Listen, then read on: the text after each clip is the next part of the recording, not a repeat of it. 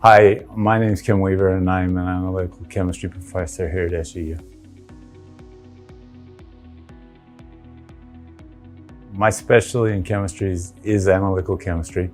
I'm more of an analytical chemist. I use a lot of different instruments to solve a lot of different chemical problems. I just kind of walked into it. When I was an undergraduate, I was working in a laboratory and developed a love for making analysis and finding out what's in water or whatever. And so I went on to graduate school. I thought that's what I wanted to do.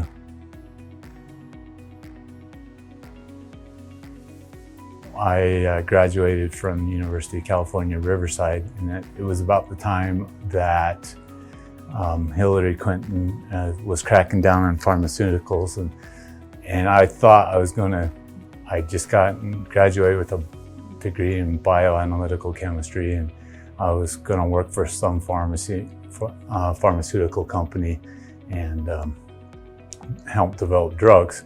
I actually interviewed for one job and traveled across the country to another place in Pittsburgh area, and then I got a job offer from a school in South Carolina, Coastal Carolina University, and my job was to run an environmental laboratory for the marine science program, and it was fun. I was working with a lot of kids that thought they were going to come out and pet dolphins, and they found out no, they had to learn chemistry and stuff like that. And was running that laboratory, and all of a sudden we got this opportunity to test the beach water in the area. And we did a summer-long project with a bunch of students. We'd wait for the storms to come in, and it'd be 1, 2 in the night, and students would meet at the school, and I'd take one vehicle with one student. It's 2 vehicles to go the other way. We'd travel 26 miles of beach and collect the water and see what was the effect of the rainwater on the bacteria contamination of the beach. Not surprisingly, we found quite high concentrations. I worked there for 5 years, had the opportunity to come to SUU, went from that great job of traveling beach, sampling the beach for 4 or 5 years. It was a beautiful time. And then got here and there was nothing like that, of course. And a professor was just about to finish up, and he was collaborating with a guy from Georgia. And they were large swine production facilities, which are called confined animal facility operations, where they put 3,000, 6,000 pigs in a big barn, and the sewage would go out to a big treatment plant. And there was, in the Milford area, there's 20, 30 of these. And I found myself going from running the beach to riding little bass boats on top of pig lagoons, collecting water samples and gas samples on those. And that's actually been quite beneficial to my career. I've got many publications of that. I took a lot of students out there. I had them drive the boats while I was riding the front, because I really didn't think the students would want to get splashed with the pig lagoon water at the time. And so I was probably paying penance for all that good time I had at the beach. But we got some good publications. Even now, 18, 20 years later, I've had 2 publications. I just finished off on more of that work, and I'm working on more papers. Well, I'm doing that. And of course, the cool thing is once you start doing science, you start getting more ideas and more ideas. And I progressed into looking at the local Coal Creek that we have there's no fish, there's hardly any algae in the Coal Creek stream.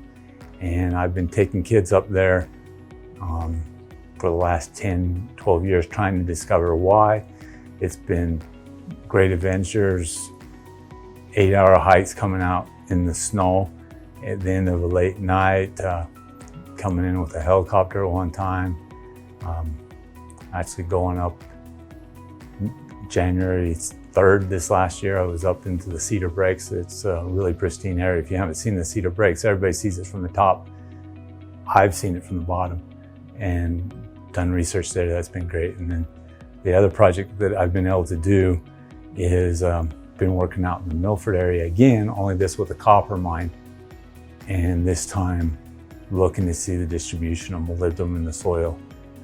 We think we know what the reason is, but it's been an 8-year process of finding it out. And so really what happens in research is you just start answering one question and getting 3 more, and it really gets quite exciting to do and involve students with it. One of the things I do here is I also teach a upper division capstone course for our department. It's called Analysis Laboratory. And what we do is we teach the students a whole lot of different techniques, and then we break up in groups of 4. Usually it's 4 to 5 groups, and we say, okay, this is your instrument, you solve a problem. And last year we had a bunch of students, they were analyzing for THC in CBD oil, see if they could find it. And they gone ahead and they developed their method to find out when this THC, the active ingredient in marijuana, comes out in cannabis oil. And they developed it all, and they were starting to do their calibration curve. And these kids were working really hard on their project, all 4 of them.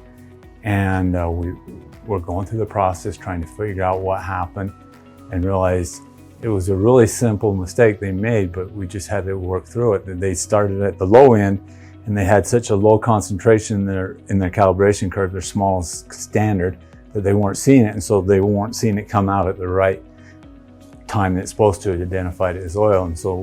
And they actually were working hard, and this was a twice a week class, and they actually called me on a Saturday to problem shoot their thing, and we came in and said, let's go with a high concentration sample. They did, oh, there it is, everything's right with the world, and they were able to proceed. Well, the first thing I'm going to say is you're not going to get to use more instrumentation than you will here at SUU. You get to use instrumentations that other students in other schools just get to look at. We have a lot of different instrumentation that you can actually learn how to use. It's not in theory, you get to use it all, and not just one instrument, many instruments. You learn how to use the instruments. If the way we teach organic chemistry, when I learned organic chemistry, I didn't learn it like we teach it here. You'll learn it in a way that makes sense, and it follows a nice, easy pattern. There's a lot of professors you're going to get to know here. They'll actually know your name. They'll be able to help you when you go to write a letter recommendation, because you're going to need it for wherever you want to be later on. You're going to have a good interaction with them, or several professors, that they will, they're not just going to look, Joey got 86 on the class, was 12th in the class. They're going to know you, and they're going to know things about you probably don't want them to know, but they'll be able to write an honest letter that's going to help you. You're going to feel connected here. I know of a student just this last semester was thinking to go into another school. And as he was going through the process, he thought, Dr. Monson knows me. Dr. Dean knows me. Dr. So-and-so, all these professors know me. I have this good interaction. Do I want to give that up? Ultimately, it was the interactions that student had with other faculty members that you feel at home, and it's a great learning environment. Kids that come out of this program don't just do well, they do super well. We have an exit exam that we give at the end where we compare these scores to the rest of the nation. And as a group, they're scoring in one of the 2 exams we give in the 95th plus percentile as a group, comparing one group to another. The kids do really, really well. Many years on this test as an individual score, all the kids come out scoring above the 50th percentile. They come away learning their chemistry with good quality experiences and a good experience. And That's why I'd say come here.